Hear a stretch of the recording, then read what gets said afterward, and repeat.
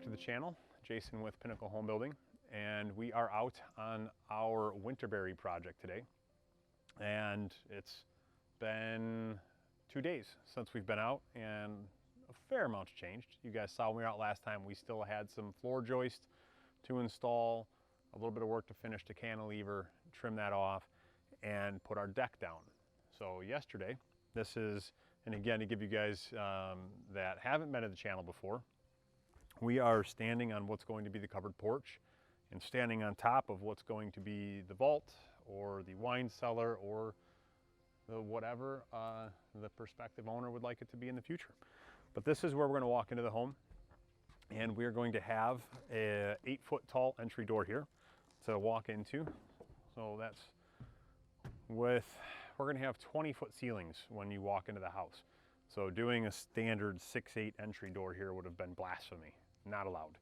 So it's going to be built by a local door manufacturer.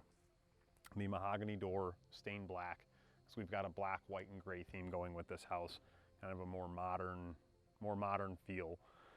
And we couldn't do cheap out on a door on a house that's going to be this grand. So I'm almost most excited for the door to get out here. So I can't wait for them to have it finished framed just so I can see that. So they've got our Advantech down, and below the Advantech we've actually got one little spot that needs to be done.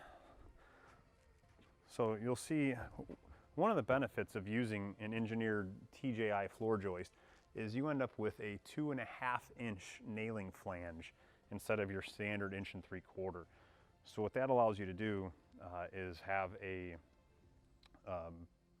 larger surface of adhesive to hold to the subfloor, and we use the Advantech subfloor adhesive along with the Advantech to give us a squeak-free floor. So you see we've got the deck done throughout minus that one little sliver, and they've started to frame the walls in the master suite. This whole side of the house is going to be the master bedroom. We've got walk-in closet in the front. It's going to have a nice window out the front of the house that opens up into the bathroom. And the bathroom layout, this is going to be the edge of it, finished fixed wall. We'll have the soaker bathtub here. We're going to have built-in cabinetry on both sides. They're super low, so we could put quart tops on top of them and have a place to sit when you get out of the tub. If you're old and have a bad back like me, standing up and drying off doesn't fly. You gotta have a place to sit. On the other side of it is going to be a huge vanity that runs about from here to about here with a full glass wall, and everything in here is 10-foot ceiling, so it's gonna feel super open and airy. On the back side of that wall is gonna be the shower. So we're gonna have an open walk through here, no door. And the shower is gonna run pretty much all the way from the back here down to about right here. I wanna say it's about a 12-foot shower, if memory serves correct. I don't have the prints on me right now, so massive. And then a good size master bedroom with, it wasn't on the prints, we thought of it after the fact. We decided we only had this big window going out the back of the house, and we wanted to add a little bit more light in here. We don't have anybody on that side. It's all going to be conservancy land, which is going to be trees. So we put a window in, centered in the wall, that is going to be about 6 feet off the ground. So you could do a bed with a headboard against the wall and still not interfere with the window. It'll be a fixed unit. I think it's a 66-inch if memory serves me right. So I think that's going to look sharp there. And again, we're doing 6-foot tall windows for the majority of the windows in this house. And again, the 10-foot ceilings follow through the whole master suite, and the kitchen, laundry room, and all that are all 10-foot ceilings. But like I mentioned, when you walk in the door, you've got a 20-foot foyer, but we also have 20-foot tall ceilings in the great room. What led us to get to that height is the 10-foot main levels. We have a foot worth of floor structure on top of it, and then we have 9-foot ceilings on the second floor, so no 8-foot ceilings in this house.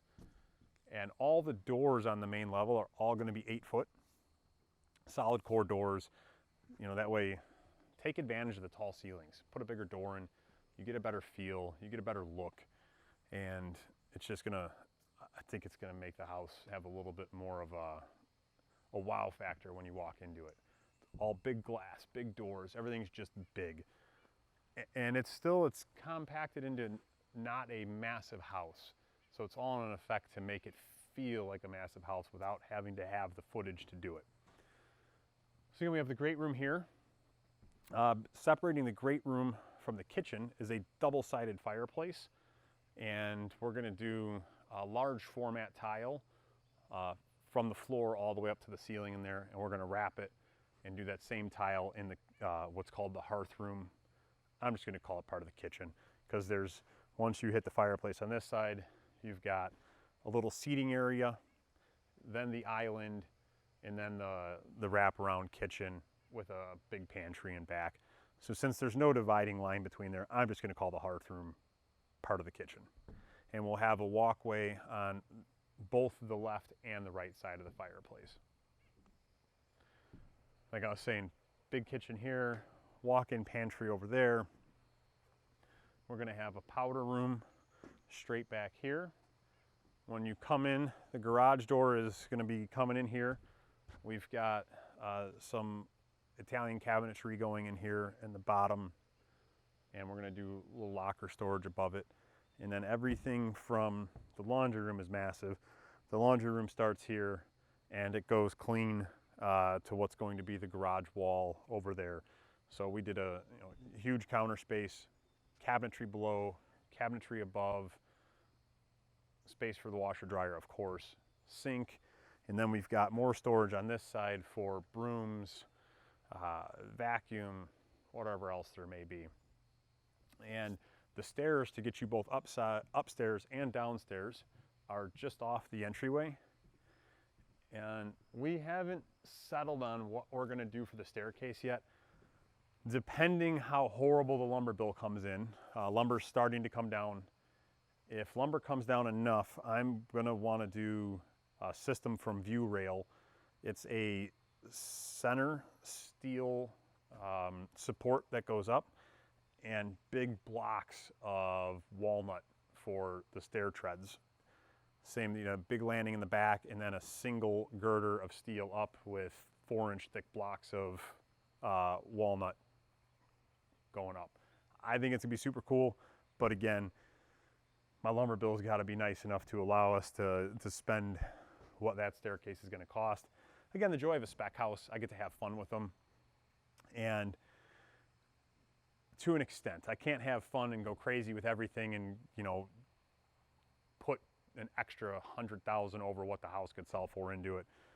I build houses for fun because I enjoy it. I enjoy the design process. I enjoy the build process. But you gotta at least make a little bit of money, not just go crazy and decide you gotta keep it for yourself. So again, thank you guys for taking the time to watch the videos. If you like these videos, you like seeing homes being built from start to finish and all the processes between, hit that subscribe button down below, give us a thumbs up, and in the comments, let us know if there's anything you want to see. Are there questions you have? Are you an owner builder that's about to embark on your first adventure building a house and there's things you're unsure of? Ask. We will put a video together to answer your questions. And if it's something simple that's just a written reply that we can do shortly, we'll throw that in there for you. So thanks again for taking the time. Hit the subscribe button.